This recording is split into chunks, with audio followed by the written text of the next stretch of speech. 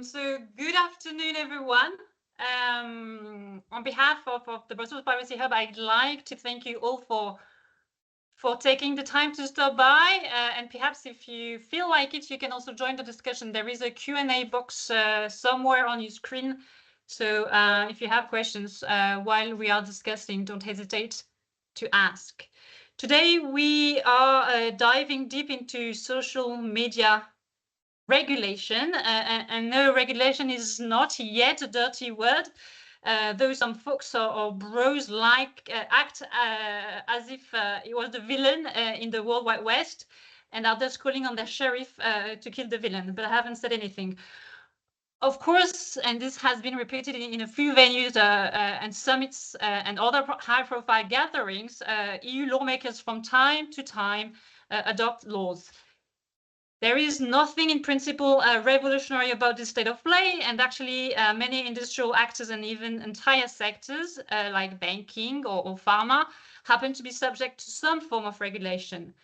And in an attempt to confirm that there is no legal vacuum in digital markets, the EU lawmakers have been adopting a handful or two of regulations in the past 5 years. And the DMA, the Digital Market Act, and the DSA, the Digital Services Act, are the most prominent examples. And you all know that we also have GDPR since 2018. One core driver of EU lawmaking, and I'm going to insist, is harmonization, and harmonization in principle is an attempt to simplify, although there is no guarantee of success, of course, but I don't want to open the Pandora box just yet. Of course, it would be silly to regulate just for the sake of regulating. And regulating social media is complicated. We cannot do it without nuances. This is particularly true when we think about the youth, and we are going to speak about the youth, who need sometimes to escape the dictates of families and discover new and more diverse groups and communities, and who wants also on occasion to participate to public debates, just like their adult in theory parents, and I'm including myself in that group. Therefore, when we adults in theory parents claim that we want to regulate on behalf of the children, then we should not ignore all the work has been done on childism, I would say. But let me repeat myself. Regulating social media is complicated. Perhaps it becomes easier if we narrow down the focus and concentrate our attention upon big social media, or upon social media, social media only on the front end and not necessarily on the back end. And when we look on the back end, then what do we see? We see huge marketing and AI training and then political machineries that can manipulate and deceive. But maybe I'm oversimplifying. I'm not the expert today. I will let the experts do most of the talk. But I'd like to put on the table two rather deep sayings, which might or might not be helpful for today's discussion. The first one is a French one, let's call a cat, and the second one is an English one, enough is enough. But of course, you're right. Always be extremely wary of those who try to sort things out with only 3 words, especially when they are one and the same. The purpose of today's webinar is to open the EU regulatory toolbox to assess the tools that we've got in there and try to see whether they can help us draw some meaningful nuances and maybe act or react. And to discuss these issues, I'm particularly fortunate because I have lots of bright minds around this virtual table, bright minds who are coming from a wide range of backgrounds, so they are not all lawyers. The webinar will be divided into 3 parts. The length of each part is not going to be necessarily the same, but again, quality is more important than quantity. And if you can, stay until the end because we will get the Italian DPA, Il Garante, with us for the last part of the webinar. We'll start the discussion by a deep dive into the DSA. This regulation applies in the main since February 2024. The DSA drafters have tried to learn their lessons from GDPR enforcement, and the Commission has a central role here. One thing is relatively sure, the DSA is not meant to be a piece of content regulation. There is an attempt to be design-oriented. We'll then speculate on the possible Digital Fairness Act, and then we will untap the GDPR lid. Of course, there is one important missing piece, the DMA, which is one core pillar of the digital services package. There have been some vocal push to subject social media acting as gatekeeper to interoperability requirements. Ian Brown has a very interesting blog post on that.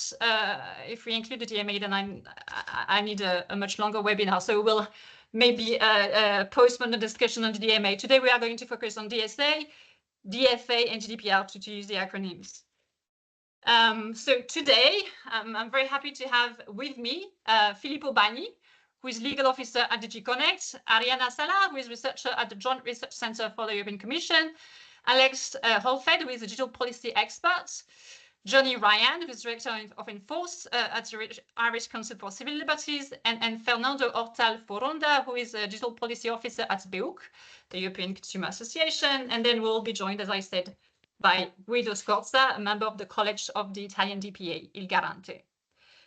We are going to use a few visuals just to look at the work of the European Commission, DG Connect, the Joint Research Center as well, and a few other things. And I will invite Fernando and Johnny to chip in as much as I want. So let's start with DG Connect and Filippo.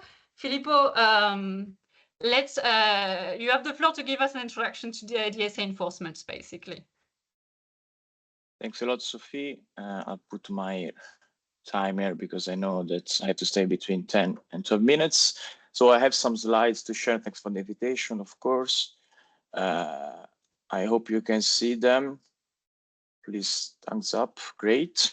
So as you can see, I want to give a presentation of the work we are doing at DG Connect. My office, I'm here. I'm just part of the big office of DG Connect DSA enforcement team. We are over 100 people, and so sorry if I don't have all the answers to your questions, but for sure I will vehicle them. No problem for this. So also feel free to use my person to vehicle questions to the management and to our team. So I want to have like few slides regarding. Wait, because it's not moving. Now it should move. Yes, so this is the classic disclaimer. So every personal views is on me. And of course, the presentation is from the European Commission, but every word I express is from me. And I'm not taking any official position of the European Commission. So why the DSA? Few slides on this. Why? It's easy to understand looking at this slide because we have a life online and the life offline. As you can see from these numbers, a fundamental revolutionary principle of online security is that what is illegal offline must be also illegal online. So this is important because also our fundamental rights are expressed online in this new era. Why the DSA? The idea to update the e-commerce directive 2000 is even clear again from this slide, because before 2000 there was a different word. If you can see, there was not Twitter, for example, now is X, no Airbnb, no Windows XP. It was a different word. So the idea was to really update with the new necessities, with a new regulation. Again, I want to stress the fact that the DSA is just part of the important, let's say, digital regulation of previous presidency of the European Commission. I put it the DSA at the center just because I'm speaking about this, but as you can see, it's a comprehensive framework with all the circles are binding acts, while the squares are not binding force. But you can see, you already said, Sophie, is DSA, DMA, AI Act, P2B, Data Act, Data Governance Act, and so on. So it's just part of the big framework. Let's go through what you already know, but just to recall that I'm not going to quote Spider-Man, but the idea is the risk-based approach also for DSA. So the fact that with more power and influence online comes more risks, and thus more obligation for platform and search engines. So as you can see in the last part from risk management to above, you can see the cumulative obligation that are only for a very large online platform and very large online search engine. Again, VLOPs are the enforcement of VLOPs is under the control and the monitoring of the European Commission. Here is the classic annual risk management yearly cycle. As you can see, again, super brief. You can see how it works. So we have the designation of the VLOP, then the obligation enter into application, and we have the same time the risk assessment for the first year, of course. And now there are also the audit report, the audit implementation report, and then again the risk assessment report. So as you can say, it's a circle. We are already the second round of risk assessment. So we had the risk assessment of 2023 and now 2024, and we also have the audit from the second year, of course, looking at risk assessment of 2023. What is important here to stress is the fact that in 2025 we will have also a dedicated workshop regarding risk assessment. And at the end of this year, under Article 35, Paragraph 2, the board of the DSA will release a report on systemic risks. And there is also a study running by Open Evidence that will be out during this year regarding, again, the risk assessment and the systemic risks identification and analysis and evaluation. So, as I said, we are now at the second round. So we have 2020 risk assessment, 2023 and 2024 to be assessed. So just to stay news from a few days ago, in the 19th of February, there was the first anniversary meeting of the European Board.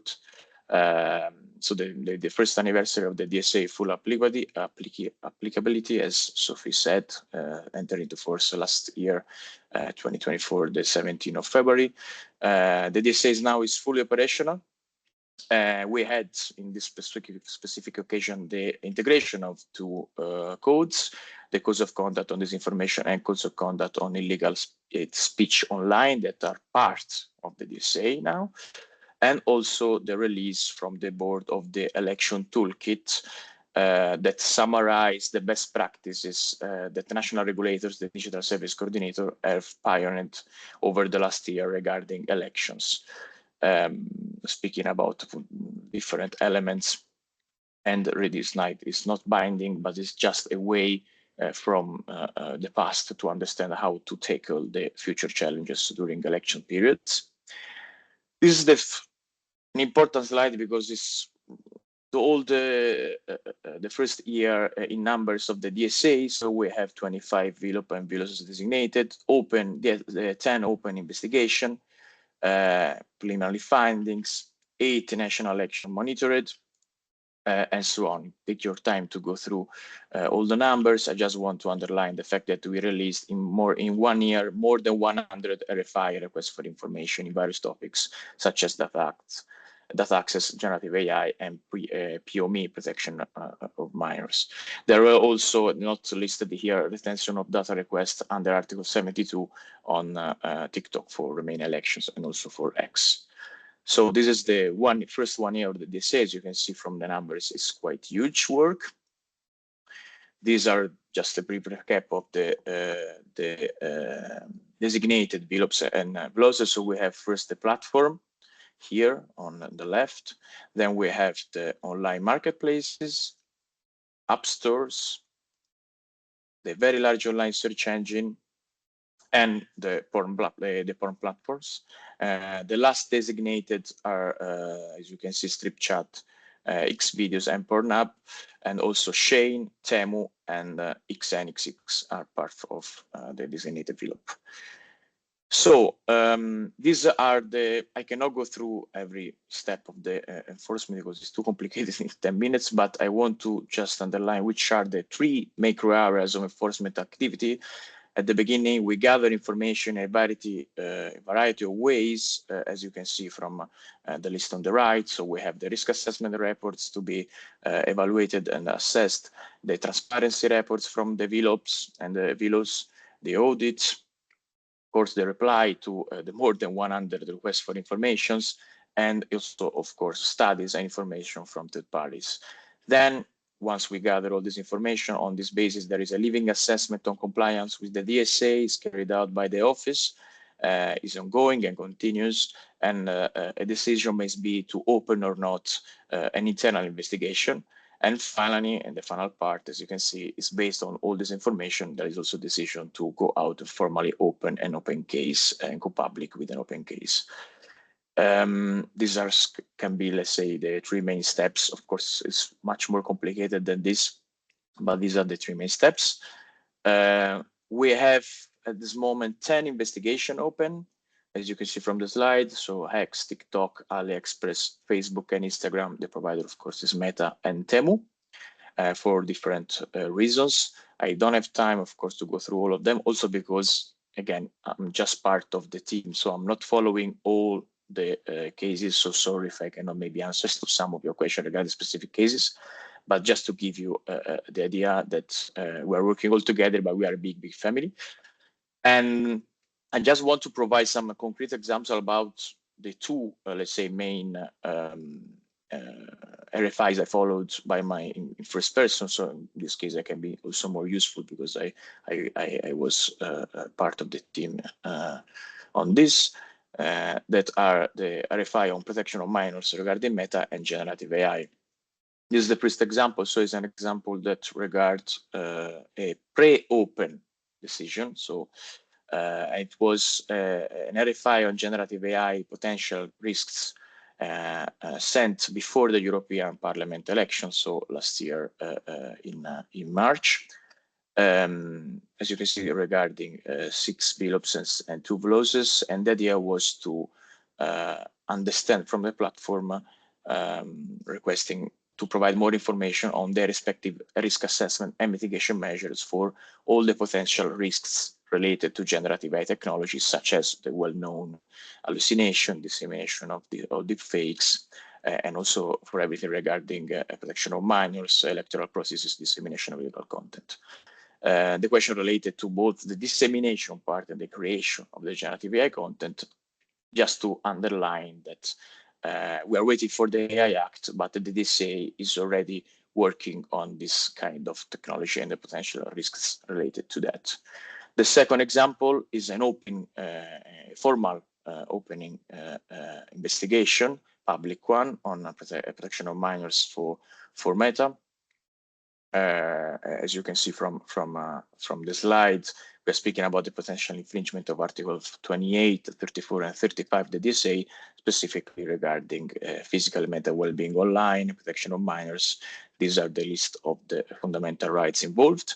And the areas of interest, in particular regarding Article 34 and 35, are the potential, of course, given it's an investigation, potential findings regarding addictive behavior of the different features of Facebook and Instagram, the age verification tools, effective evaluation, the potential rabbit hole effect related to the recommender system activity online, and of course, Article 28, let's say, that puts the bar high regarding minors, specifically on privacy, safety, and security. I'm close to this is my final slides.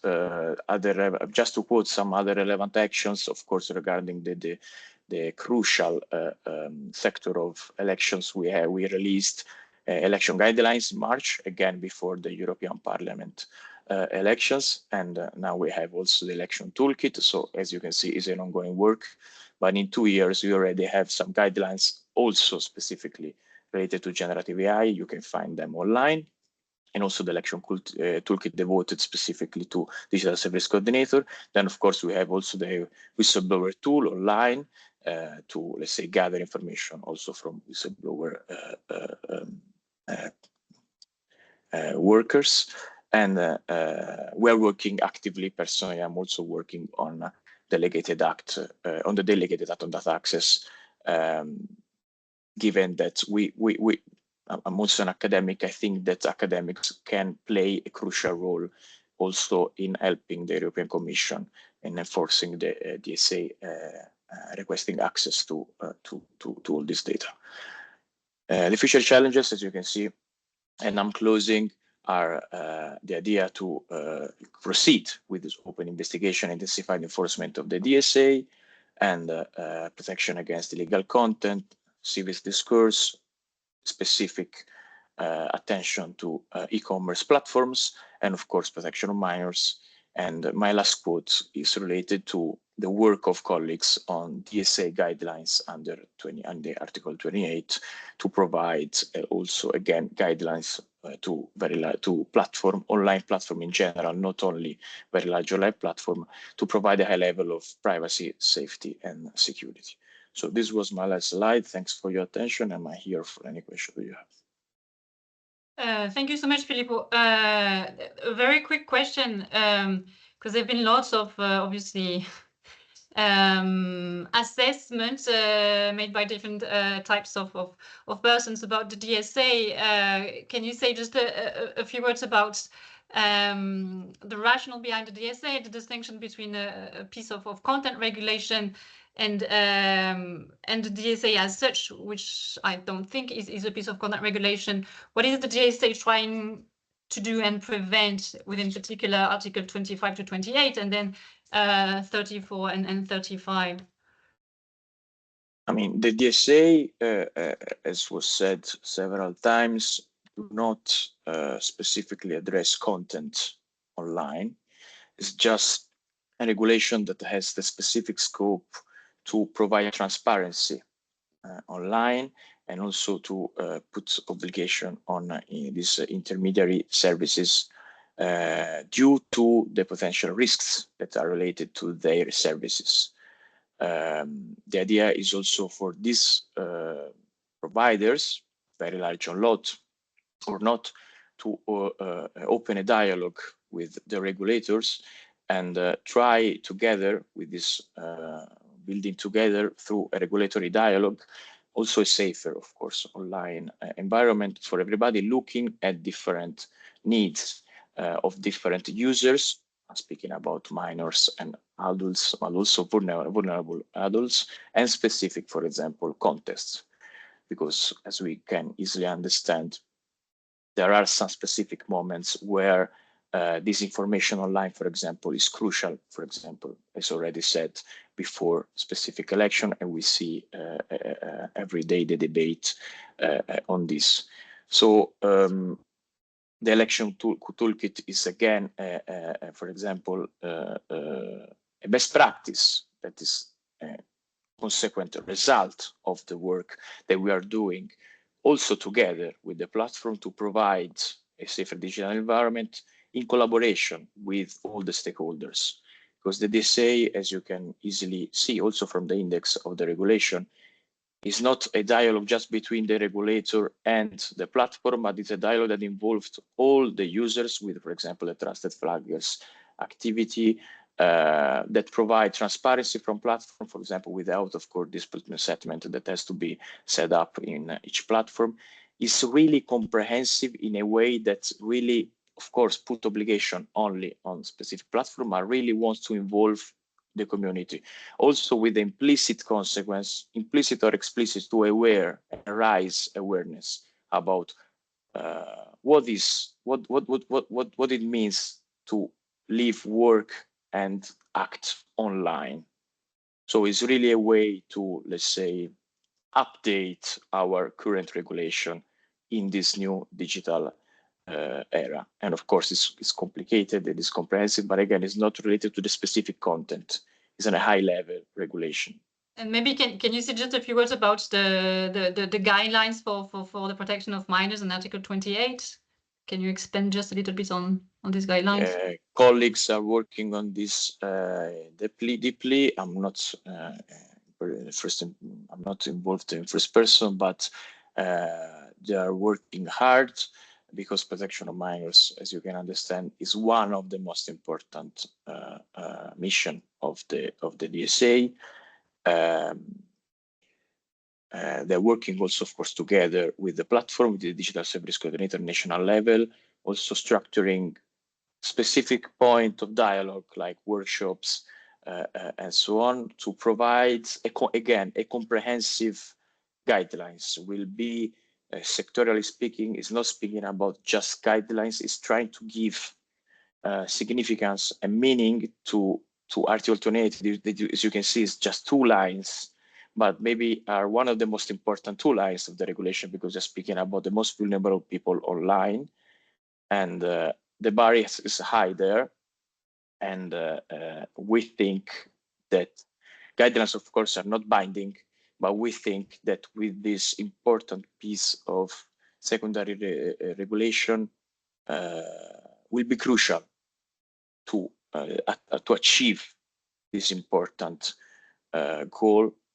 And I just can say about the timing, I just can say that it's going, it should be out in 2025. Okay, and one question from the floor. Can you say something about the level of cooperation between the Commission and the BEUC platforms regarding the request that you are making in the context of risk assessment? Okay.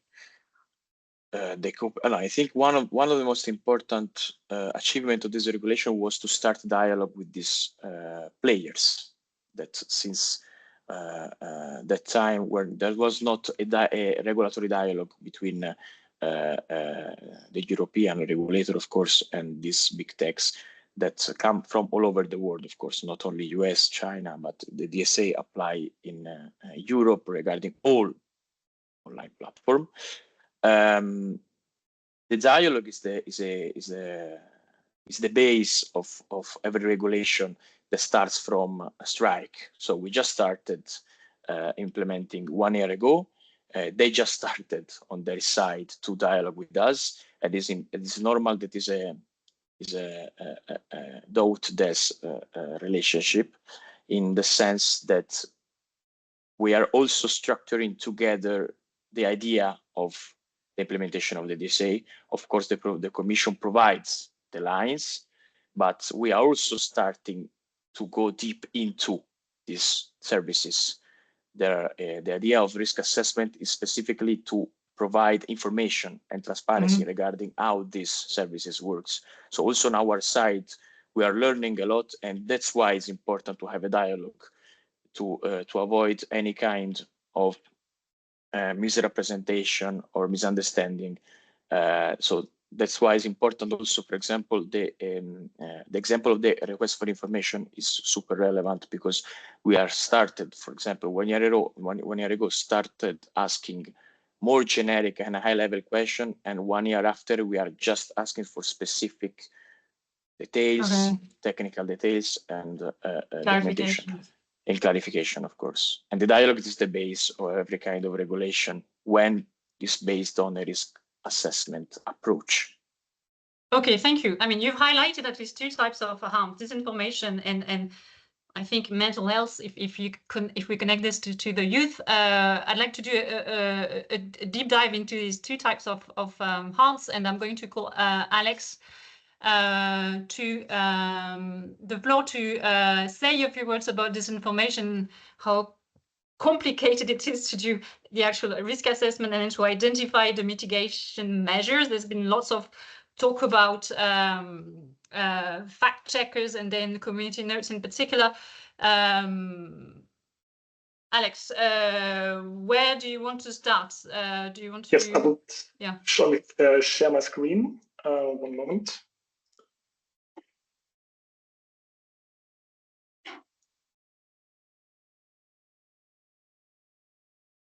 Can you see the screen? Yes. Perfect. Yes. Filippo already talked about the DSA, but since there are many highly polarized discussions about what the DSA is and what the DSA isn't, especially now in the geopolitical context, I would like to start with a quote by the former Executive Vice President of the European Commission, Margrethe Vestager. She emphasized in her speech in front of the European Parliament that, contrary to deliberate misunderstandings of this piece of legislation, it does not regulate content and it does not restrict free speech. This means that the DSA is supposed to focus on due diligence obligations on the process and design rather than the content itself. However, whether this holds up in practice or the due diligence obligations represent a loophole for additional content regulation remains to be seen. And this brings us directly to Article 34 and the obligation to carry out risk assessments. The DSA introduces risk-based regulation principles in the field of digital policy. This has many implications that I will slightly touch upon in the upcoming minutes. According to Article 34, providers of very large online platforms and of very large online search engines shall diligently identify, analyze, and assess any systemic risk in the union stemming from the design or functioning of their service and its related systems, including the algorithmic systems or from the use made of their systems. The DSA mentions 4 very broad categories of systemic risk in Article 34 and the corresponding recital. The key challenge here is that under 34A, it contains illegal content, while the risk in 34B to D do not necessarily contain legal content, but also legally protected speech can be involved. And for legally protected speech, there cannot and should not be the same mitigation measures applied as for illegal speech. So the danger here is that these categories of content and the corresponding obligations are mixed up, pattern that we have continuously seen in the past in public communication. So when conducting risk assessment, providers have to take into account different factors, for example, the design of their recommender system, but also the content moderation system in terms of conditions or data-related practices. And based on these findings, providers should put in place reasonable, proportionate, and effective mitigation measures. Such measures may include adapting the design, adapting content moderation, and so on. So many of these measures are in fact content restrictions, which led to confusions about obligations to act on legal content, which is often described as lawful but awful. So, but where are we now? I thought it might make sense also to bring a simplified timeline. I think Filippo also spoke about it. In October 2022, the final version of the DSA was published. In April 2023, the first very large online platforms and very large online search engines were designated by the European Commission. And then in August 2023, the rules applied to these platforms, and they had to submit the first risk assessments to the Commission. 1 year later, in August 2024, they had to submit the second round, and alongside with an independent audit of the first year. And 3 months afterwards, so in November 2024, they had to publish summaries of the results of the risk assessments, the audit reports, as well as the audit implementation reports. The European Commission is preparing a report on systemic risk and best practices on the risk mitigation, which is legally rated under Article 35, paragraph 2. So while these are the platforms currently designated as VLOPs, the obligation to publish the reports applied due to the timeline so far only for the first 19 of the platforms, which are decent 19. So after much talk, what is in these documents? First of all, we see inconsistencies in publishing the report. Some platforms only publish their 2024 report, but not the 2023 report, such as the Meta platforms, Facebook and Instagram. Since the reports partly build on each other, there's important information missing for further interpretation. And other platforms only publish the 2023 reports, but not the 2024 reports. They are, like many observers, are a bit frustrated since they are not up to date. Second, most platforms provided the reports in a PDF format. Only Wikipedia published an HTML file. They will also have issues that not all reports are machine readable, which is also for like research not optimal. And third, the reports come in a wide range of lengths, from 8 pages in the case of Zalando's 2023 report up to 224 pages of Snapchat's 2024 report. We see that the approaches and methodologies vary widely. Many platforms assess both inherent risk scores, meaning risk without mitigation measures, as well as residual risk scores, meaning the risk taking into account mitigation measures, for example, Meta or X. These platforms also provided methodologies how they calculated these scores and used the scale from 1 low to 5 high. On the other hand, other platforms use different scales, like TikTok, and they only distinguish between tier 1 high to tier 3 low priority. So that's not necessarily the risk score, it's more like the priority, how it should be handled. And TikTok also provided, for example, way less details on how they calculated these scores. In both cases, we have details we partly have details on the methodologies, but the actual calculation and the metrics used are not part of the public report. So we have the methodologies and the results with a black box kind of in the middle. So the absence of clear standards and definitions also has led companies to rely on educated guesses. Many platforms made reference to the UN guiding principles on business and human rights, as well as the BTSP SAFE framework. But overall definitions of metrics such as probability, severity, scale, or scope varied strongly. Direct comparison of risk scores between different platforms must have to be evaluated with high caution. But this challenge is not exclusive to DSA risk assessments, and the lack of guidance to risk-based approaches always contain a major challenge, as we can see in other sectors, such as the environmental policy. First of all, the perception of what constitutes a risk is contested. So issues of identification, selection, and prioritization involve inescapable normative and political choices. This leads to normative conflict, but particularly how much weight is accorded in risk calculations to the probability of adverse effects on curing and the associated impacts. The first round of risk assessments overall focused heavily on content-related risks. Reasonability and proportionality of mitigation measures are usually not analyzed in depth, resulting in a lack of attention on adverse effects. Peter Chapman came to a similar conclusion and argued that too many assessments focus primarily on content risk and diminish or ignore how platform design intersects with risk. The black boxes of online platforms overall remain mostly seals due to a lack of quantitative data and metrics. Usually the risk assessments included methodology and the results, but not the actual calculation.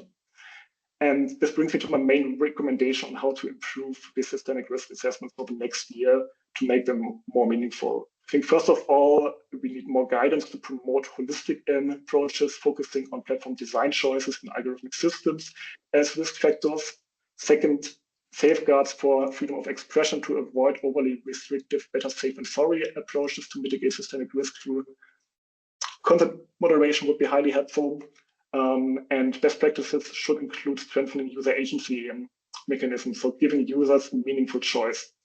And last but not least, mandatory metrics to make the prevalence and impact of risk more transparent to public observers would be helpful. In this sense, we have to the European Commission has the full risk assessment published. It's only like a summary of the results, so we don't know what is in the full risk assessments and what isn't. So there are like at least some mandatory public data and metric would be helpful for public observers and researchers to do more research on the risks.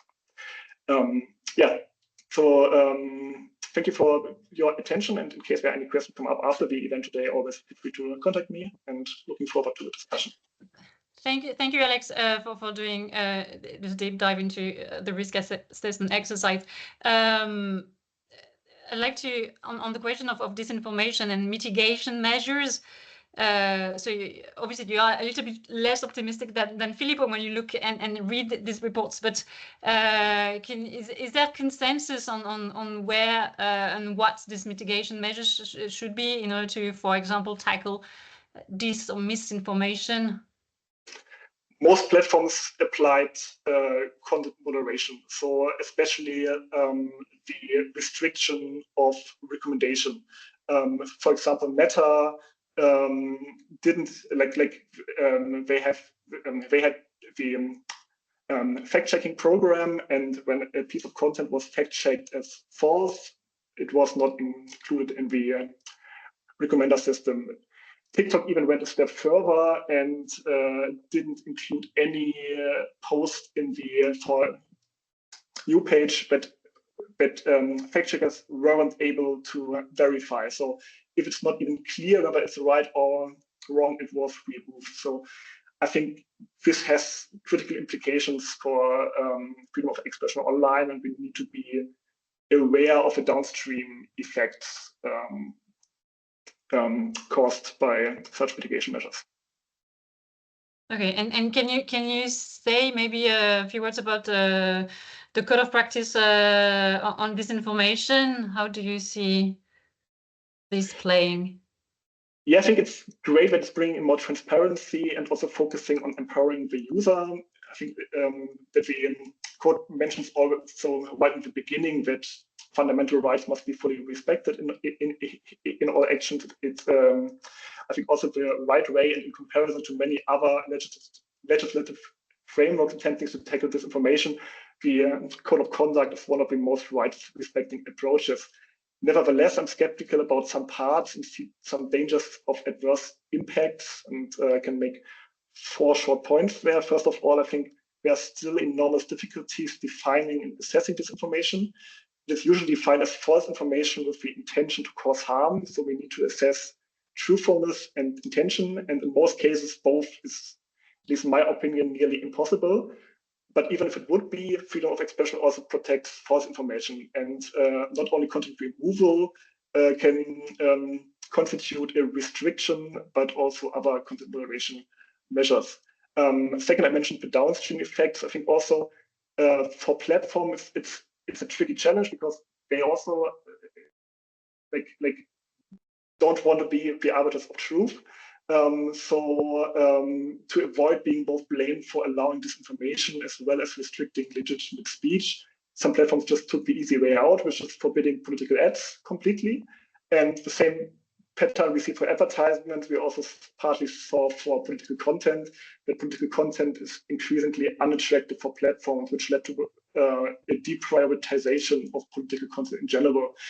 And where we need to be just aware of these downstream effects, we need to consider whether an overall decrease of political advertising and political content is desirable, or whether the overall attention on disinformation could be actually worse than the disease. And there I think we also have a kind of a gap between academic research and media and policy debates, since many academic studies suggest a rather limited prevalence and impact of disinformation on online platforms, particularly in relation to elections. Doesn't mean it doesn't appear, it's just that the impact is often exaggerated. And on the other hand, research pointed out that disinformation discourse could weaken the support for liberal democracy. So there's a trend towards seeing different opinions as a result of manipulation. And this could undermine basic democratic principles and especially trust in the democratic process. And my fourth and final point is that most people agree that the reason behind the spread of disinformation is a lack of trust in public institutions, politics, and so on. So the focus should be to rebuild trust. What we tend to forget there, I think, is that trust is usually not a one-way street, but it's so to build or to rebuild trust, I think we also have to trust the user. I've recently written a blog post on why I think top-down approaches, also such as embeddings of traditional fact checks, could be counterproductive, and bottom-up approaches, such as the community notes, for me are highly promising. I could continue talking about this, but I think yes. Just time-wise, I would give back to you, Sophie. Okay, so I guess you are not, so it's probably, the answer is probably a combination of mitigation measures that would potentially help, but at the same time, risk assessment does not seem to be very mature just yet. I'd like to invite Johnny and Fernando to chip in and react to what has been, I guess, presented on enforcement and probably risk assessment, and if you want to share any view on the DSA for now. Johnny, do you want to start? Yes, Sophie, thank you. And I'm conscious that VUB and the Privacy Hub is very important forum for discussion about data. So it is a pleasure to be with you remotely. It'll be nice when we can be together again. I wrote in the op-ed in The Guardian about a little over a month ago that I think we are in a profound crisis. I hope I'm wrong, but it seems to me we have somewhere, it's impossible to be exact, between 5 and 18 months to save liberal democracy. That changes the kind of discussion one should have at this moment of crisis. Now, before describing what we should do, let me set the context for the crisis I'm describing. we have allowed foreign oligarchs to control Europe's communications and media infrastructure. They're not all American. TikTok is controlled by China, but the rest are in the US. Now, the US oligarchs, I don't think any but one of them wanted to be at the inauguration. They were obliged to be at the inauguration. It's many of these leaders of these platform companies have defied Trump in the past, and they will not be defying him again. So they were paraded at the inauguration. That was an active demonstration of power, as was obliging them each to donate $1 million for the inauguration. And there have been many other acts of supplication that show that the platform owners are servants of the administration.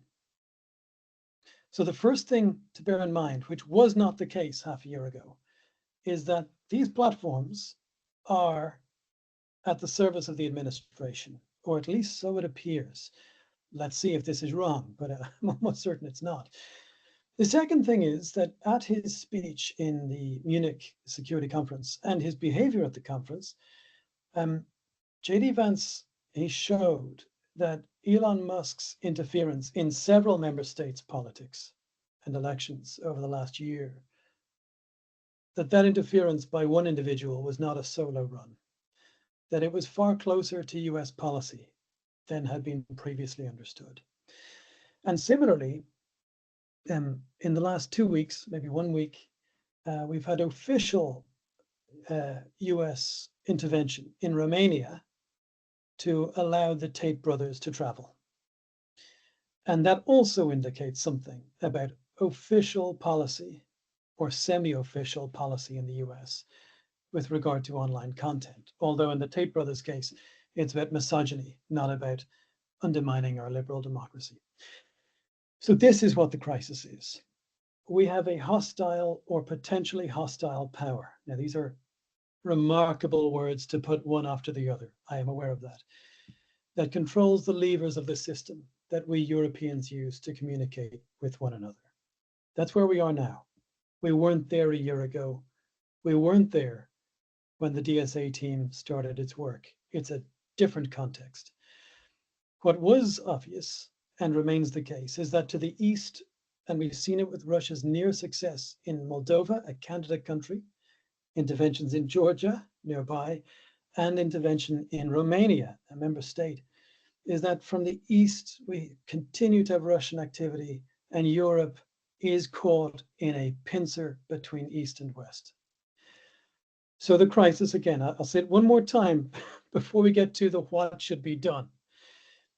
Unless there is a significant change in what appears by their own words to be US policy, our liberal democracy will be picked apart, member state by member state. Now, it would surprise me if many of the viewers had not seen the film Titanic. For anyone who hasn't seen the Titanic film, there is a moment where I think he may have a big white beard, where the engineer who designed the Titanic is reassuring the Leonardo DiCaprio and Kate Winslet that the Titanic can endure despite hitting an iceberg, because it can take 2 or 3 or 4 compartments flooding with water before the whole ship sinks, because they're self-contained. Then 20 minutes later in the film or thereabouts, he realizes the 3rd and 4th compartments have also flooded because the tear went deeper. And because actually those compartments aren't completely self-contained, he now knows that the water will pass over the bulkheads and the entire ship is going down. It just doesn't know it yet. That's the image to have in one's mind. We shouldn't be having conversations about procedure. And we have had a long conversation about procedure this afternoon. I think that is a conversation for a different day. So I don't want to dismiss, as we come to what Europe should do, the work of our enforcement colleagues thus far. But we and they must acknowledge that this is not a normal moment. We are, I think, in an existential crisis. There is, at the very least, a very credible risk of one. That's undeniable. We can argue about whether we're in it, but it's undeniable that we should behave as though we're in it. So there is a risk that we are gathered for this discussion in the final moments, maybe months, maybe a year and a half of liberal democracy on this continent, potentially the world.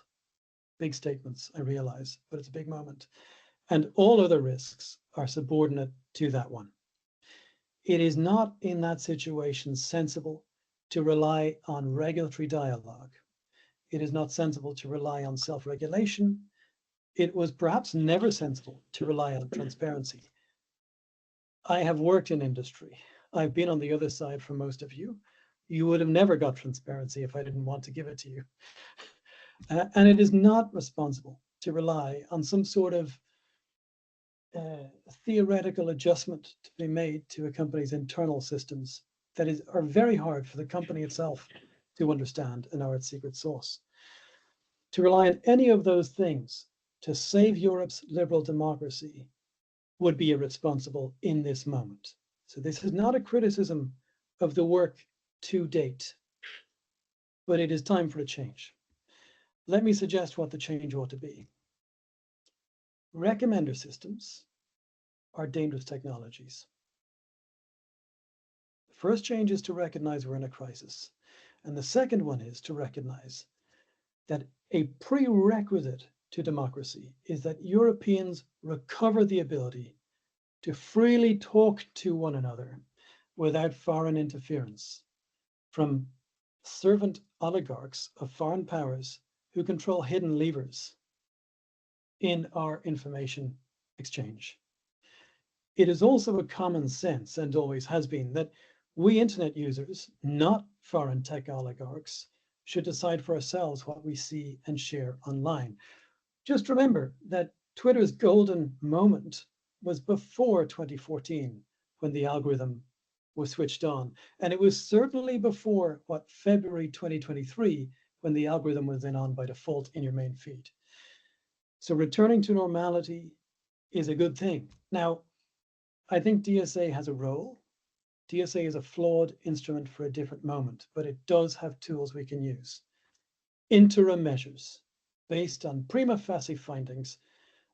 For example, as our colleague from Connect noted, there's an investigation into TikTok. If one were to take the US State Attorneys General case on TikTok, just take those findings alone, based on a 2-year investigation and accidentally unsealed when they were being submitted by the Kentucky State AG, those should be enough for a prima facie finding that results in interim measures.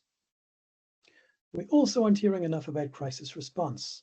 Maybe the Germans didn't want it. I'm not entirely sure on what happened there. If I were taking this problem at its utmost seriousness and gravity, I would be encouraging, as the Commission, a majority of the Digital Services Board to invite me and the Commission to act now, whether or not the Germans are 100% on board or 70%. We need action now. There are other actions that can be taken under the DSA. We haven't been talking about them. Now, you invited me here, Sophie, though, because you anticipated I would talk about the GDPR. So let me do that very briefly.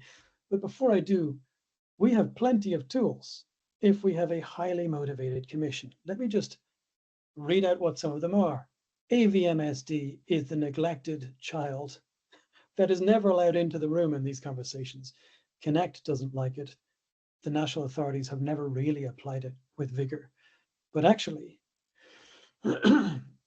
AVMSD does empower the Irish authority to do things that would be consequential across the Union. Let me suggest one. In a situation where X has amplified the posts of its own CEO, in that situation, it is clearly, in my view, exercising editorial responsibility or discretion. In which case, it is not a video sharing platform. It is a normal audio visual service and is subject to all of the normal editorial standards and so on, without it actually changing its legal status too much. That is something that the Irish authority can do. simply by engaging with the company and with the circuit court, the lowest court in the country. So there are many such tools sitting around in the acquis. And what we need is at a very senior level in the Commission, a coherent sifting through the tools, right? Sifting through all of the tools and not just getting lost in a silo. Let me get lost in my silo briefly, because you asked me to be your data protection guy, unless Fernando will also play that role, which he is, of course, very, very competent to do and capable. But let me give you one for my part using the GDPR. In the GDPR, in Article 9, we have protections for so-called special categories of personal data. And these, as you know well, are any personal data that are interesting. Your sexual orientation, your political views, whether you're a trade union member, all of the things that make you, Sophie, tick. And what the law says is, if I were back in industry, am not allowed to process them automatically. You must have explicitly consented. Now, that is a vague phrase, poorly transposed in Irish law, which is essential. But essentially, what it's been interpreted as meaning by the Article 29 Working Party is a higher standard of consent. Now, what are special category data? This will appall any industry visitors to this event, but let me suggest to you that if I had 1 month of timestamps for where you, Sophie, pause in YouTube, I would probably know your sexual orientation. And if I didn't know after 1 month, I'd know after 2 or 3. And the same can be said of any human being. Just timestamps. So if pause timestamps are special category data, what really, when it comes to a recommender system, what was that entire debate we were having? I shouldn't say we, I didn't have it, but some of us did with the companies. It was a nonsense. They right now have recommender systems working without explicit consent, which should be off by default under existing European law since 2018, at least as early as that. But you could throw in other bits of law, right? And from August, you could certainly think of the AI Act, and from October, you could think of political advertising regulation, and so on. What we lack is at a very senior level, a sense of going across the silos and being politically willing to confront the crisis. I do feel that is coming, but we aren't there yet. Thank you, Johnny. Thank you for clearly stating that now is time to act, and there is actually a wide range of tools. I want to give the floor quickly to Fernando to add to that. Very briefly, do you feel optimistic about the DSA as a tool for action, or would you want to complement it? So I will try to be very brief. I see among the audience that there are many that were in a previous call from 2 p.m. to 4 p.m. by the Commission. So apologies for having to hear me again, also as the fourth man in a line of 5 in this event. In short, the DSA, there's a lot to comment, so I will try to keep it brief and to give you snippets of information. The presentation, the slides were excellent that have been presented so far. I would benefit a lot from having them shared with me. But in one of the specific slides, I think a key element that allows us to make a fair assessment of the DSA so far is clear. There is a lot of output. I counted 1 element of outcome, which does not preclude that we will actually have outcomes out of the DSA, but there is 1 acceptation of commitments. The rest is work that is started, so there is output, but we don't have outcomes yet, or discernible outcomes. I understand the logic of regulatory dialogue too, is that things might be happening that we do not know about, or that cannot be reflected on a slide, or that cannot yet to happen in the next weeks, months, years. But I can only discern something that I would qualify as an output instead of an outcome. It's also fair that the DSA has been fully applicable for 1 year now, but that is nevertheless a fact. Then there is a second element of it, that is the very legislative limitations of the DSA. We have, also it was mentioned in the slides in the second example on the investigation on Meta, that the DSA, then the investigation on Meta, the first element is addictive design.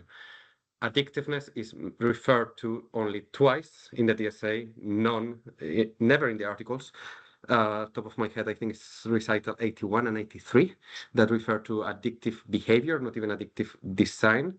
So elements that might drive addictive behavior. So at the end of the day, and actually, if memory doesn't fail me either, from many years ago when the DSA was being negotiated, it was considered to actually have, there were amendments towards suggesting to actually reflect addictive design features in there, which were never adopted. So it raises some questions whether this is the best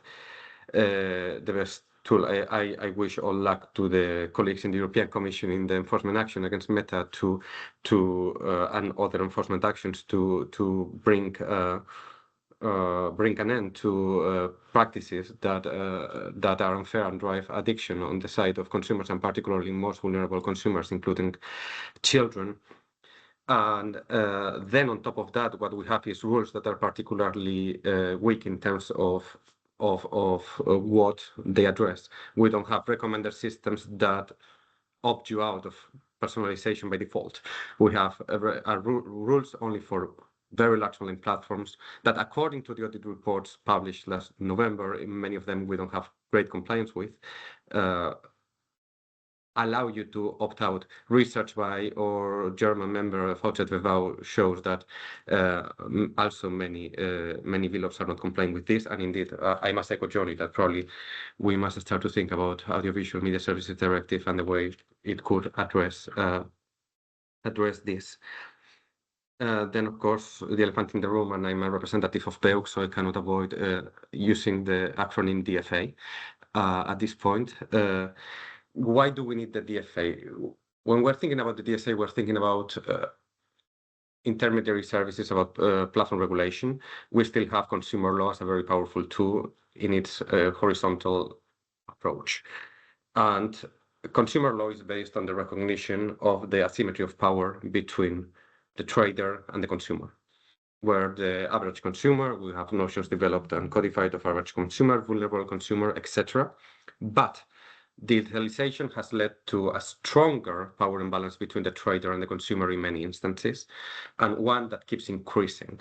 Many different surveys that are quoted in the DFA fitness check show this. So we need to have regulation that is grounded on this acknowledgement that just updates. It's not perennial, it's not a constant, the asymmetry that has traditionally been identified in the consumer law key. It's something that we need to update for the digital world. We need to ensure, just as in the GDPR, a principle of fairness by design and by default. We need to have specific rules, but we need to have a fallback principle of fairness by design and by default that we do not really have when we're thinking about social media in the regulation that we have in other areas. We need, for certain unfair commercial practices, in recognition of this increasing imbalance, we need to shift the burden of proof, and we need to have a serious discussion about shifting the burden of proof to the trader in some occasion, for some specific misleading practices to compensate. Again, in acknowledgement of the situation, we do indeed Article 25.3. DSA I think hasn't been mentioned yet, but the DFA could be an excellent opportunity to shed clarity and to provide a blacklist of prohibited dark patterns. Not a harm directly caused by platforms, but by social media, but a harm that is quite related to social media, where social media is an enabler, is the unregulated influencer marketing. The DFA should also be an opportunity to have a definition to start with of influencer marketing, and to regulate it to prevent it from the harms it can cause. And last, with the point I was starting with, we need to regulate addictive design, taking it seriously, giving it proper consideration, delineating what is addictive design, what addictive features are, and to treat them as a problem of consumer law, because it actually goes beyond platforms. The defining factor of platforms is the third-party content, but digital services beyond third-party, we don't see that much of a difference between a social media platform in the addictive, the social media platforms have causing harm because of its addictive design while handling and disseminating third-party content from the video game industry, for instance, that incurs in similar practices of design with its own first-party content. So we see this as a more horizontal consumer law issue. Thank you, Fernando. No, thank you. I think we can just pause on this one because that's a wonderful transition for Arianna. So we've been talking about disinformation and addictive designs, and then I would like to give space to mental health issues and the youth, because this is where addiction plays a very important role. And Arianna has been doing some important research trying to understand whether and what's the data was saying in the space, and I've been doing a survey of existing research outputs to try to compile a useful description of where we are today. Arianna, do you want to share the research findings that you have? Indeed. Thank you, Sophie, for giving me the floor. Are you able to see my slide? Yes, yes, yes. So thank you for giving me the opportunity to present the results of our study on the impact of social media use on adolescent mental health and well-being. I'm Arianna Sala. I'm a scientific officer at the Joint Research Center of the European Commission. We provide independent and evidence-based knowledge and science supporting the EU policies. So I will skip the introduction because we already spoken about the Digital Service Act, but I just want to explain that I am part of the ECAT, the European Center for Algorithmic Transparency, that we contribute with scientific and technical expertise to the enforcement of the DSA by the European Commission. So we implemented a systemic literature review to analyze what are the effects of social media use that are reported in systematic literature review, and also the main recommendation for risk mitigation and methodological recommendation for future research. To answer this question, we looked for literature review, that is a research article that summarizes primary research, and we set very specific inclusion criteria. We selected literature reviews and meta-analysis that synthesizes primary research focusing on adolescents from 10 to 19 years, that explored the consequences of the use of social media as Facebook, Instagram, TikTok, Snapchat, etc., in terms of well-being, as happiness, friendship, self-confidence, or life satisfaction, but also heal-being or mental health, like sadness, loneliness, depression, depressive symptoms, eating disorders, self-harm, problematic use of social media, etc. We screened more than 1,400 articles and then selected 24 high-quality literature review and meta-analysis that satisfied our inclusion criteria, and on those we implement some thematic analysis on the results, recommendation, and for risk mitigation and methodological recommendation also for future studies. So what are the main effects of social media use on adolescent mental health and well-being? One of the first conclusions that we reach is that the mental health outcome seem to emerge from the intersection of three kinds of different kinds of factors. The first factors are related to adolescent psychosocial characteristics, factors such as age, the gender, the quality of the offline network, the socioeconomic factor, or self-regulatory skills can function as protective or risk factors. For example, some research shows that the risk of adverse mental health outcome is higher for adolescents from 10 to 13-year-olds than for the older one. And here, for example, the DSA imposed age verification system that would not allow the young people under 13 to create a social media account. But also, for example, the odds of adverse mental health outcome are higher for girls than boys. A second group of factors are related to the individual use of social media. So how long adolescents spend online, how frequently they interrupt other activity to check social media, how do they use social media? Are they active, posting and commenting on other posts, or are just scrolling the news feed? Which are their motivation to use social media? Do they use it, for example, to connect with friends or to get informed that, for example, could lead to more positive outcome? Or do they use it to regulate their mood, to escape boredom or to escape unpleasant feelings? Which kind of feedback do they receive online? Of course, it's not the same to receive a positive feedback or to be ignored online, or even worse is to receive negative feedback or be bullied online. Again, all those factors can be protective or risk factor. And finally, we have a third group of factors that is related to the platform content and design. And here I can really relate to what Fernando and Johnny already said. No? So which content do the adolescents visualize? Do they visualize positive content related to passion or informative content, or are they visualizing disturbing content as pro-eating disorder or pro-self-harm content? In this, it's not the same to spend 2 hours watching a kitten video than spending 2 hours watching people self-harming or discussing a risky and unhealthy strategy to lose weight.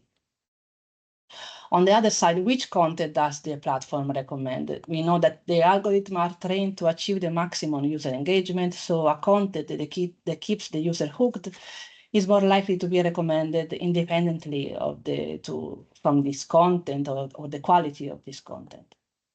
For example, we have already several researchers center investigating, for example, Research Center for Countering Digital Aid that showed how the recommender system of TikTok just watching and after a sock puppet account watching and liking videos about body image and mental health led the recommender system of TikTok to recommend content related to suicide or eating disorder within the first 10 minutes of use of the platform. Another research from ResetTech from Australia found similar results from the Instagram recommender system promoting pro-eating disorder content. And finally, again was related to what Fernando told. We know that platform employ the so-called persuasive design technique that are also called as a dark pattern or addictive design technique that exploit the principle of behavioral psychology to maximize engagement. So since those elements are designed to increase the time spent on social media, and since research show also that above 2 hours of daily use, the odds of adverse outcomes in terms of mental health increases, it is clear that the platform design also influence the mental health outcome. So after the characterization of this factor that intervene in the mental health outcome, let's see what research show in terms of opportunity and risk associated to social media use.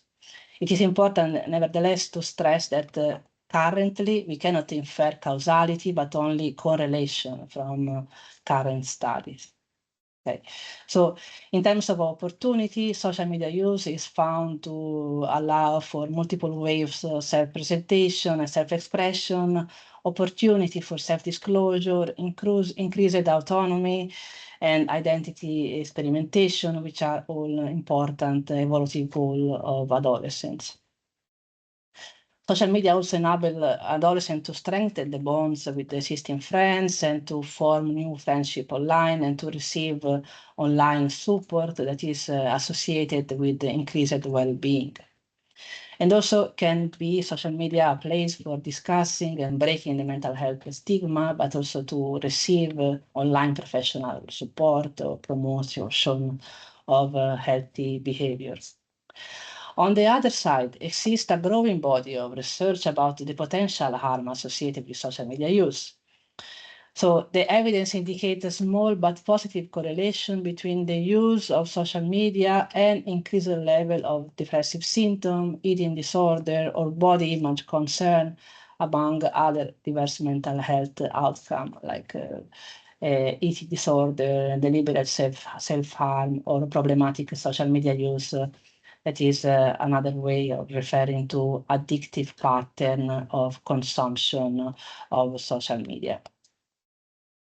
So again, it's important to stress that present study we cannot infer causality. Therefore, we cannot say, for example, if social media use increase, for example, depressive symptoms, or if adolescents with depressive symptoms use social media with increased frequency. So, and now I will focus on the recommendation that we can find in literature, particularly in literature from the psychological, let's say, area. We found that the main recommendations are focusing on educational intervention for adolescents, families, educators, and practitioners. So the idea is to promote educational intervention, to foster digital competence, to promote safe and responsible and healthy social media use. Also educational intervention to promote social emotional competence, such as self-regulation, emotional regulation technique, strategy to prevent cyberbullying, mental health literacy, etc. But I would like to conclude with one of the main conclusions of our umbrella review. That is the need to share responsibility for healthy use from individual only to platform. In general, we saw that the responsibility for healthy use is put on adolescents and families, and there is a limited reflection on platform design and the use of persuasive design technique to maximize user engagement. When I'm referring to persuasive design technique, I'm referring to things like those that are intended to foster a state of flow in which users lose a sense of time spent. I think that everyone of us as a user of social media have this experience of losing the track of time and realizing that you spent much more time that you intend to spend online. For example, there are features that as the autoplay, that means that without any intervention of the user, a new video starts when the previous end, or the infinite scrolling that makes that you never reach the end of your feed. But also we refer to strategy that trigger the brain reward system, as the affirmation, the likes, the heart, the claps, that are very important, particularly for adolescents that are so relying on being accepted by their peers, being, let's say, accepted and reinforced in what they post and what they say, etc. So this is a very important aspect for adolescents, but also for adults. Or the anticipation mechanism, when we see the moving dots, that means that someone is writing to us, and then we stay on the platform to see which kind of message we are going to receive. Or the strategy that exploit, for example, the fear of missing out as the ephemeral content that is available only for a limited time. So if you don't check it within the time that is available, you will lose it. We want to stress also that all those strategies are tested with very strict experimental setting, what is called A/B testing, so that different kind of the same platform is releasing the same, let's say, application with slightly different design element, and they are able to implement very experimental setting that currently researchers are not in position to implement an experimental setting. I cannot modify a platform to see which element of design are better, for example, to promote well-being instead of addictive behavior. No, Aria, so sorry, we are a bit pressed by time, but can you insist upon your last point, which is about systematic change?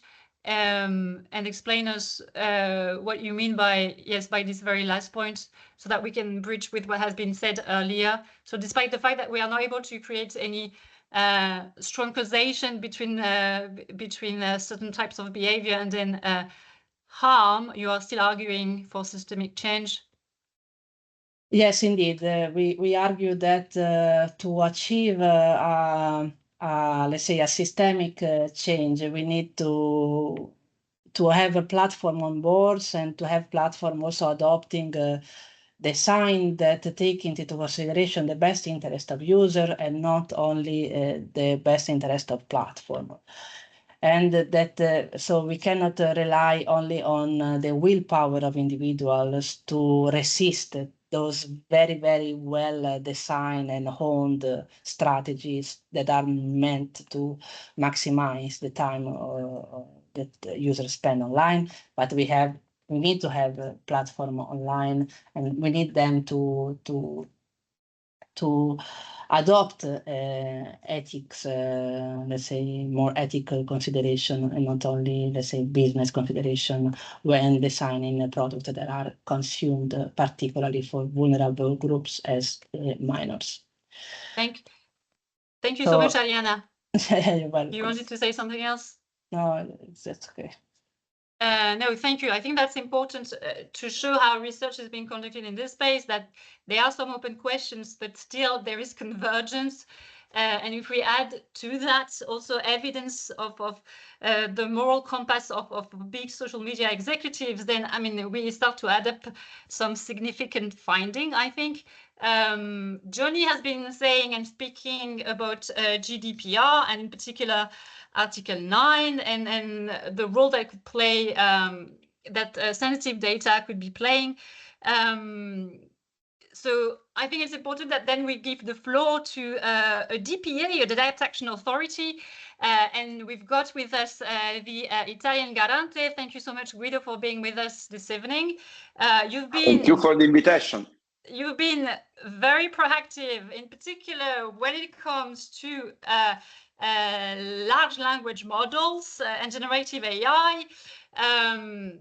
This webinar is about social media. Can you tell us whether it would be possible, given the situation in which we are now, to have some proactive actions grounded on GDPR to tame big social media in one way or another? I'm optimistic, but I will try to share with you a presentation, and in this way could be easier explain my position. Good afternoon, of course, and let me start with my favorite disclaimer. I'm only a quarter of the board of the Italian Data Protection Authority, then I will share with you only some personal opinion. That's very, very important to remind here, because in this way I can speak more honestly and more freely without the concern to touch the reputation of the Garante. Let me try to define the perimeter of my very short speech around two questions. The first one is why social media are so dangerous, and I'm sure you spoke about this topic until now. And the second one is why it's very difficult, because it's very difficult to limit danger and increase the opportunities they can offer society, and what we can do, of course, as data protection authorities. The first question, why social media are dangerous? My starting point is very, very easy at the end. Who knows us best knows how to catch us, or better, how obtain from us everything he likes. It's something that we can discover every day in our life. And today is it's sure, from my perspective, the social media service providers who knows us better than anyone, and it's probably no longer an hyperbole to say that they know us better than ourselves. Here, the first problem that I can see, or better, the first risk of threat to freedoms and democracy, thanks to personal information they have about each of us, they are in the position to manipulate our decisions in any context, obviously included the political one, and we will speak about that, because I believe it's enough to mention the recent episodes of the Romanian elections, cancelled at the end by the Constitutional Court because they were manipulated through social network. networks, or the warning measure that the European Data Protection Supervisor, our colleague Wojciech, imposed on the European Commission for having used X to promote one of its legislative initiatives. In this context, the right to privacy probably represents the last bastion of the right to self-determination and civil liberties that form, in my view, but I'm sure that all of us, we agree on that, the cornerstone of humanity and democracies. But here we must be honest and very, very clear. Social media have not stolen the mountain of personal data from which they have extracted so much knowledge about each of us, and they are not stealing it.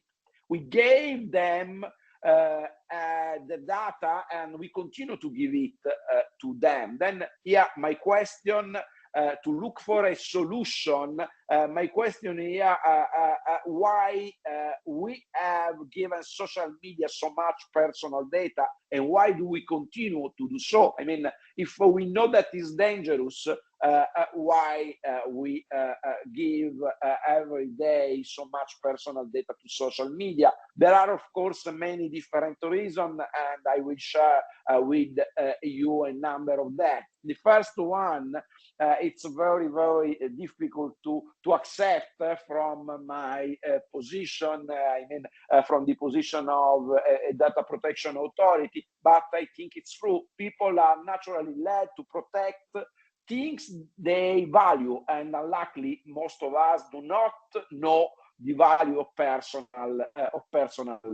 data. If we were aware of it, we will not think that social networks are free, and we will not trade it thinking we are gifting it for services worth a few euros per month.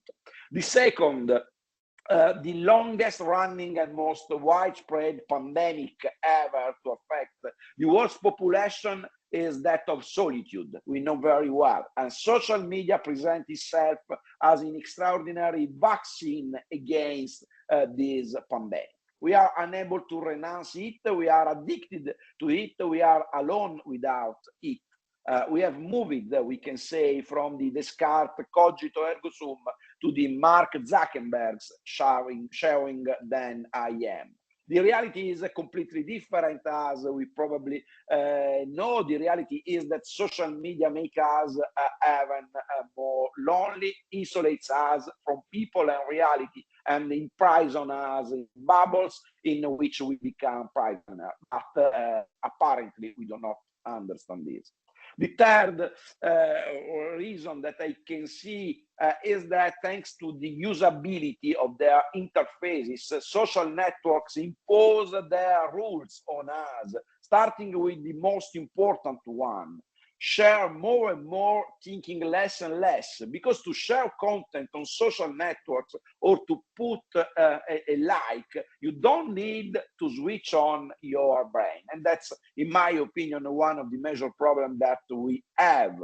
Let me say that here the problem, in my opinion, is more cultural than legal. Understanding this aspect, in my view, is fundamental to finding a solution and identifying the action to be taken also as data protection authorities.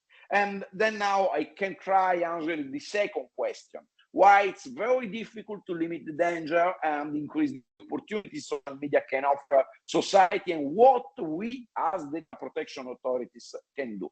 Let me be completely honest, sharing with you my personal feeling after 4 years and a half as a member of the board of the Italian Data Protection Authority. Very often in the last few years, I have had the impression, and I still have, to be honest, of being the defender of the rights that people don't care enough about because they haven't understood its value and importance. Speaking about social networks, our jobs as data protection authorities is exactly like the one of a lifeguard trying to save people who are unconscious of the dangers of jumping into the sea when 2 red flags are flying or not caring enough about life itself, dive into the stormy sea. At the end, it's very difficult to save that person. I don't believe the problem can be addressed and solved with an only top-down approach. I mean, we are not able, just using our enforcement power to fix the problem. We must trigger also a sort of bottom-up approach. So the question, in my opinion, is how to trigger this bottom-up reaction. And yeah, let me start from the beginning, but I will arrive to the end very, very soon.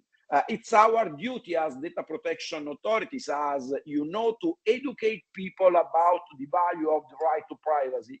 And this duty is no less important than the other duty, I mean, the duty of supervision and enforcement. We simply need to read Recital 132 and Article 57 to remember that. And then let me try my view with an example or maybe two, telling you a very, very personal real story that you can't find on my page on social media, because I'm very, very jealous of that. The title could be The Apple and the Donuts.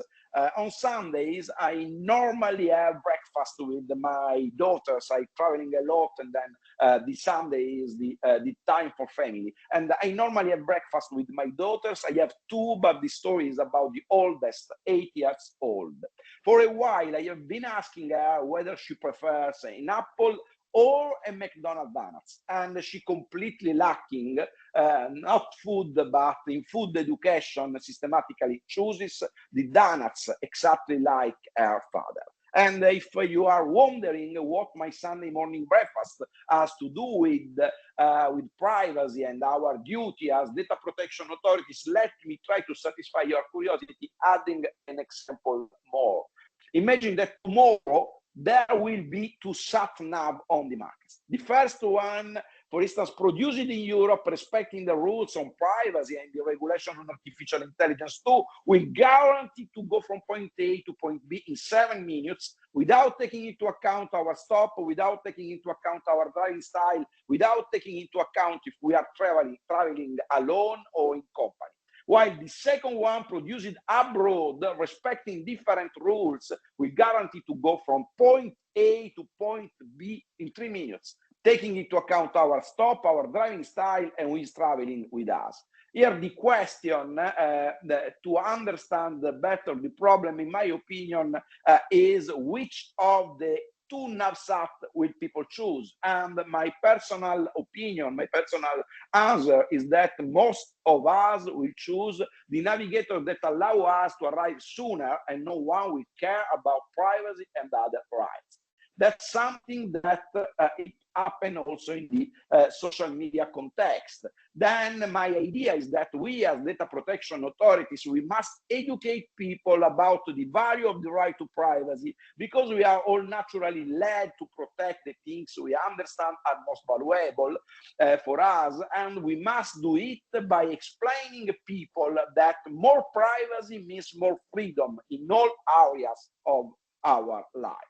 In this way, users themselves will orient the market, including that of social network services, in the direction of greater respect for privacy and for rights to self-determination, and the industry will adapt not simply to respect the rules, but to guarantee its success on the market.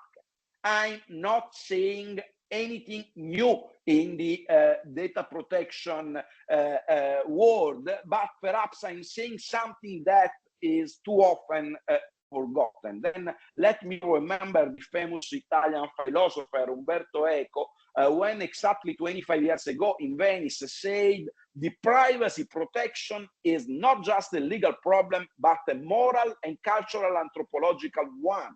We will have to learn to elaborate, disseminate, reward a new sensitivity to privacy. We was in the 1998 when our authority was at the beginning of its activity, and speaking to all European authorities in Venice, ECHO said the real work to be done by the various authorities who are responsible for the defense of privacy in various countries will not be to secure it for those who demand it, few in percentage of the total of population, but to make those who have enthusiastically renounced it consider it an important asset. That's exactly, in my opinion, the case of the most part of users of social network. I'm sure he was right. That's our challenge still today, or probably today more than yesterday, especially when we talk about social network. But of course, it's not enough. And apart from the educational aspect, I believe that as data protection authorities, we can and we must invest into further lines of action to protect people from this risk and ensure that we can access the opportunities that social media offer to us without having to give up our freedom. First of all, we need to be able to shift the focus as data protection authority from formal transparency to substantive transparency, or better, from the content of the information notice to the manner in which the information notice is provided to the data subject. In short, for compliance with Article 13 and 14 to compliance also with Article 12, we must find methods and solutions to verify that data subjects are actually put in a position to know and to control the consequences of the processing of their personal data. That's something that today doesn't happen. The users need to understand the game rules, including the value of personal data, the dangers they may face, and the solution and tools to defend themselves.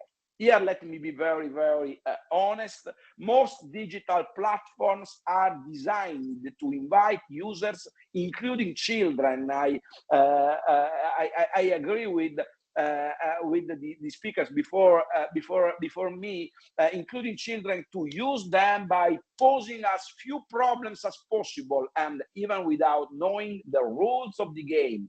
Again, including the yes, of course. Can I just interrupt you and just on this very slide and trying to link this with what the DPB is maybe doing? Can we expect some form of more, I'm going to say, aggressive investigation, maybe enforcement action, in particular in this space? I'm not in the condition to promise nothing for many different reasons. The first one is that, as you know, the most part of social network are based in Dublin, and then because the one-stop shop rules, they are under the supervision of another data protection authorities. I hope so, for sure, and for what I can say here in Italy, we will try to move from Article 13 and 14, as I mentioned, to Article 12. I mean, we will try to ask to data controller to do something more to be sure that data subject understand the condition, not simply to put the data controller in the position to say, I'm writing, or I wrote all that GDPR say that I need to write, but it's not easy. I'm sure that we need also to ask for help to the legal design. The legal design could be a very effective tools if we will be able asking industry not simply to do something, but to do something in a certain way according to the legal design rules and theory. Probably we can be more effective, generally speaking, in the privacy matter, and in particular in the domain of social network. And specifically on sensitive data, can we expect anything? I hope, but I don't know. Johnny, do you want to chip in very quickly? Yes. Yes, I found that presentation enormously frustrating, Guido. We're not here. It's Yeah, so of many course. years later. We're not here after half a decade to get the basics of the GDPR from an enforcer. It's too late for that. This regime has lost all credibility. Now, Garante has been interesting because you did take action after that terrible moment with TikTok. When a child died, you acted and you put pressure on Dublin in very much similar ways to how your Norwegian colleagues have done. And what needs to happen now, and you must know this, is that pressure is brought to bear on the unit at the Commission, Carolina, Olivier. They need to change their approach. I'm not talking about procedural harmonization. Let's not argue about that. It is far too late to have these pre-preliminary presentations like this one. And you can't put your hands up and say, oh, that happens in Dublin, unless you've at least vented some frustration at an event like this with the status quo. You could have deferred and said, well, the lead authority has the power, maybe in 2016, maybe even 2017, but it's 2025. It's time for you to look annoyed at the Commission. And when you don't look annoyed at the Commission and at Dublin, I look annoyed at you, and we should all look annoyed at you, because we know that you can do it. You've done it in the past. This presentation did you a disservice. And I think it is time at a moment of crisis to start looking vexed. If we're all going to be polite about this, we're not just going nowhere. We will lose what we have. I have a very, very big respect for any opinion. Your frustration is in part my frustration. I arrived at the Garante in 2020. Then it was very difficult for me to do the presentation like this one before 2020 as data protection authorities. I always try to do the best, not only to enforce, but to educate people to privacy, because I'm sure that, yes, you are right, we had some very, very little effect in the past with some enforcement action, but unfortunately, if you are, as we are, 200 people in a country of 60 million people, unfortunately, our enforcement action are always episodic.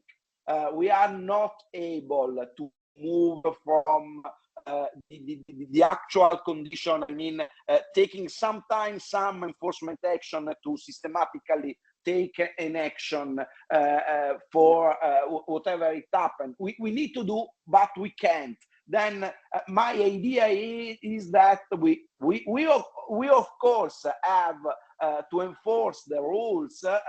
That's obvious. But we need to move, and we need to educate people. We need that people falling in love with privacy, because it's quite impossible today. People it makes no difference whether people fall in love with privacy or not if the key member state is not applying the rules, and that's Ireland. So the people you need to inform are DG Just.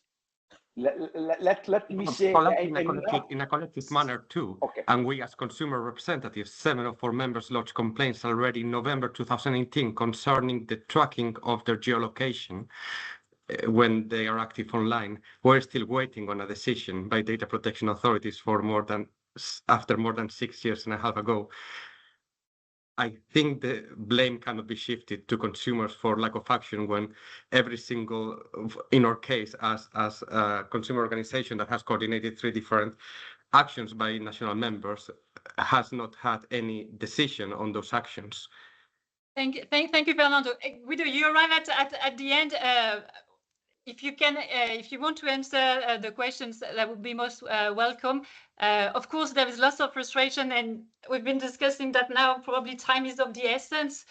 But I mean, the intention is to maintain an open dialogue. So yes, we are all looking for, I guess, a little bit of enforcement. You've been one of the leading enforcer in the union. Do you want to add anything to what Johnny and Fernando have been saying? Let me say, I'm here to share a position. I can't represent all data protection authorities. You have the European Data Protection Board for this. I don't like to defend or to represent the authority in Dublin. I can say, and I have no reason to say that something is changing with the new commissioners. We have a very positive dialogue with the new ones. I hope to build something better in the future. I perfectly agree. I was frustrating during the TikTok case because at the end, after 2 months, we had to leave the ball to someone that wasn't able to play the ball, or probably didn't like to play the ball. My personal feeling, honestly speaking, that today something is changing. Of course, I'm not sure that simply change a person, also if a chair of an authority is enough to changing the mind or the approach of an authority, or better, of a country. But I like to hope that we can do something better.